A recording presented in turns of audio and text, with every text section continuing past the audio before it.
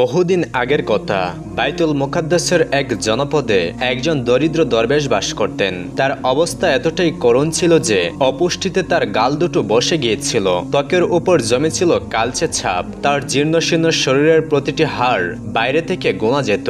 তার পরনের জীর্ণ পোশাকে এত বেশি তালি ছিল যে আসল কাপড়টি চেনা দায়ী ছিল।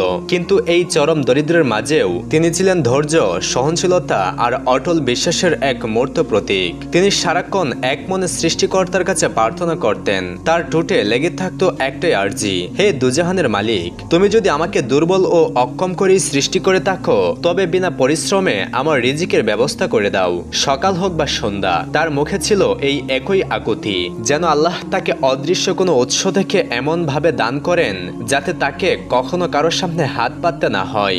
এলাকার কিছু দয়ালু মানুষের তার অবস্থা দেখে মায়া লাগতো। তারা মাঝে মাঝে তাকে খাবার দিয়ে যেত, যা দিয়ে কোনো মতে তার পেটের আগুন নিভত। কিন্তু অনেকেই ছিল যারা তাকে নিয়ে ঠাট্টা মশকরা করত।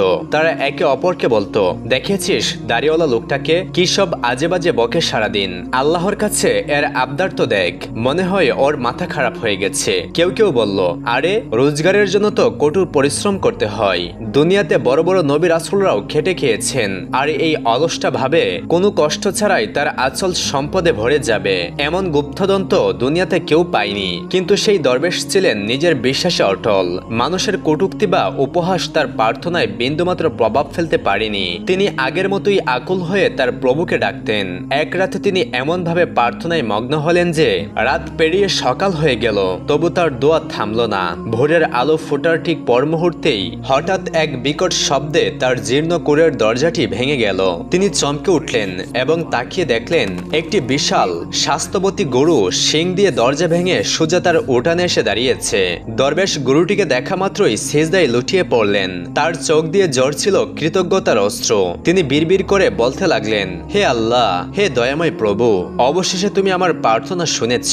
রিজিক হিসেবে আমার জন্য এই মাংস ভর্তি গরুটিকে পাঠিয়েছ, তোমার শুকরিয়া। তিনি গরুটির দিকে মুগ্ধ চোখে তাকিয়ে রইলেন আর মনে মনে তার ভবিষ্যতের পরিকল্পনা আঁটতে লাগলেন। কি সুন্দর গরু, এর চামড়া দিয়ে আমি গালিচা বানাবো, শিং দিয়ে তৈরি করব সুরমা, অর্ধেক মাংস গরিবদের মধ্যে বিলিয়ে দেব আর বাকিটা শুকিয়ে রেখে দেব যাতে অনেকদিন আমার চলে যায়। এইসব ভাবতে ভাবতে তিনি আর দেরি করলেন না। একটি ধারালো ছুরি হাতে নিয়ে গরুটিকে জবাই করে ফেললেন। তারপর সেটিকে একটি ঠেলাগাড়িতে তুলে কসাইয়ের দোকানের দিকে রওনা হলেন যাতে মাংসগুলো ঠিকমতো টুকরো করে নেওয়া যায়। কসাই যখন তার যন্ত্রপাতি তৈরি করছিল, ঠিক তখনই এক ব্যক্তি মাথায় হাত চাপড়াতে চাপড়াতে আর চিৎকার করতে করতে সেখানে সে হাজির হলো। সে সোজা দরবেশের জামার কলার চেপে ধরে গর্জে উঠল, ওরে জালিম, তুই আমার গরুটাকে কেন মারলি?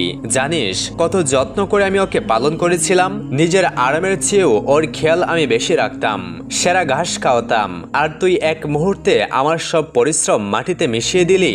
বল, তোকে এই অধিকার কে দিয়েছে? লোকটির চিৎকারে মুহূর্তেই সেখানে বহু মানুষের ভিড় জমে গেল। দরবেশ শান্ত গলায় বললেন, ভাই, তোমার কোথাও ভুল হচ্ছে, এই গরু তোমার নয়, এটা স্বয়ং আল্লাহ আমার জন্য পাঠিয়েছেন, আমার বহু বছরের প্রার্থনার ফল এটি। তারপর তিনি জনতার দিকে তাকিয়ে বললেন, হে লোক সকল, তোমরা তো সবাই আমার দিন রাতের প্রার্থনার সাক্ষী। আমি কি আল্লাহর কাছে বিনা পরিশ্রমে হালাল রিজিকের জন্য দোয়া করতাম না? আজ আমার সেই দোয়া কবুল হয়েছে। আর এই বোকা লোকটি বলছে গরুটা নাকি তার। গরুর মালিক ক্রোধে ফেটে পড়ল। সে বলল, কি আজে বাজে বকছিস? হয় তুই পাগল হয়ে গেছিস, না হয় আমাদের বোকা বানাচ্ছিস, চল তোর বিচার কাজীর দরবারে হবে। এই বলে সে দরবেশকে কয়েকটি ঘুষি মেরে দিল এবং তাকে টানতে টানতে শহরের অলিগলি দিয়ে কাজীর দরবারের দিকে নিয়ে চলল। যেতে যেতে সে চিৎকার করে বলছিল, সবাই এই দাড়িওয়ালার ভণ্ডামি দেখো, আমার মাল চুরি করে বলছে দোয়া করে পেয়েছে। যদি দোয়াই সব হতো তাহলে তো দুনিয়ার সব ফকিররাই আজ ধনী হয়ে যেত, কিন্তু ভিক্ষা ছাড়া তো তাদের কিছুই জুটে না। জনতাও তার কথাই সায় দিল। সবাই মিলে দরবেশকে দোষারোপ করতে লাগলো।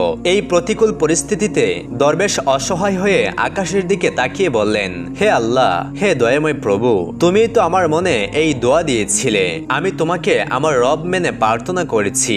এখন যখন তুমি আমার দোয়া কবুল করলে, তখন এই প্রতারক আমাকে অন্ধ বলছে। হে আল্লাহ, তুমি আমাকে এই বিপদ থেকে উদ্ধার করো। অবশেষে তারা কাজীর দরবারে গিয়ে হাজির হলো। কাজী সাহেব ছিলেন অত্যন্ত ন্যায়পরায়ণ এবং সৎ একজন মানুষ। গরুর মালিক অভিযোগ করে বলল, হুজুর, আমার গরু ভুল করে এর বাড়িতে ঢুকে পড়েছিল, আর এই লোকটা তাকে জবাই করে দিয়েছে। আপনি এর বিচার করুন, সে আমার উপর কেন এই জুলুম করলো? কাজী সাহেব দরবেশকে জিজ্ঞেস করলেন, বলো হে দরবেশ, তুমি এর গুরু কেন জবাই করলে? দরবেশ নিবেদন করলেন, হে ন্যায়পরায়ণ কাজী, আমি 7 বছর ধরে দিনরাত আল্লাহর কাছে বিনা পরিশ্রমে হালাল রিজিকের জন্য দোয়া করে আসছি। এই শহরের প্রতিটি মানুষ আমার এই প্রার্থনার কথা জানে। বহু বছর পর আল্লাহ আমার সেই দোয়া কবুল করেন। এই গরুটি আমার ঘরে পাঠিয়েছেন। আমি শুকরিয়া আদায় করতে এটিকে জবাই করেছি, যাতে গরিবদের মধ্যে এর মাংস বিলিয়ে দিতে পারি। কাজী সাহেব বললেন, হে দরবেশ, বিনা কারণে অজুহাত দিও না।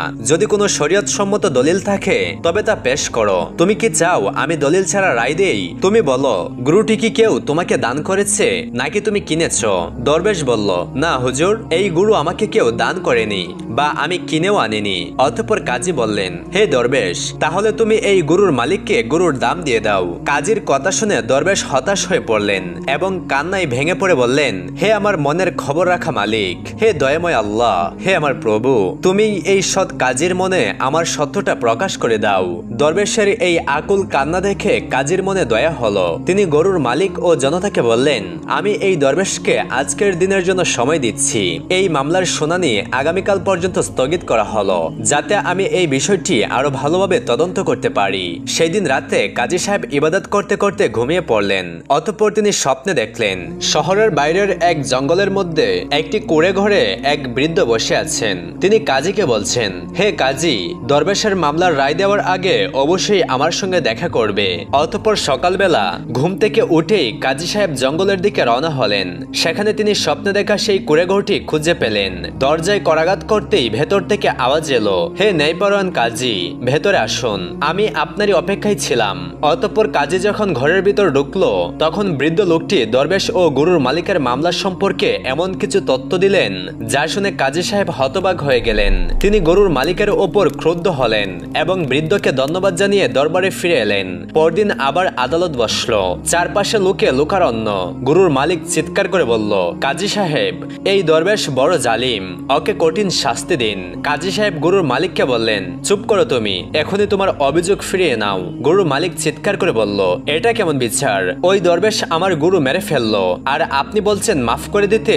কখনোই না। কাজী সাহেব বললেন, যখন আল্লাহ তোমার এত বড় পাপ গোপন রেখেছেন তখন তুমিও ধৈর্য ধরো। কিন্তু সেই লোকটি তার দাবিতে অটল রইল। তখন কাজী সাহেব এক কঠোর রায় ঘোষণা করলেন। কাজী সাহেব বললেন, আমি আদেশ দিচ্ছি, তুমি তোমার সমস্ত সহায় সম্পত্তি এই দরবেশের হাতে তুলে দেবে। যদি এর পরেও তুমি আপত্তি করো তবে তোমার জন্য আরো কঠিন শাস্তি অপেক্ষা করছে। এই কথা শুনে লোকটি মাথায় ধুলো মেখে কাপড় ছিঁড়ে আহাজারি করতে লাগলো।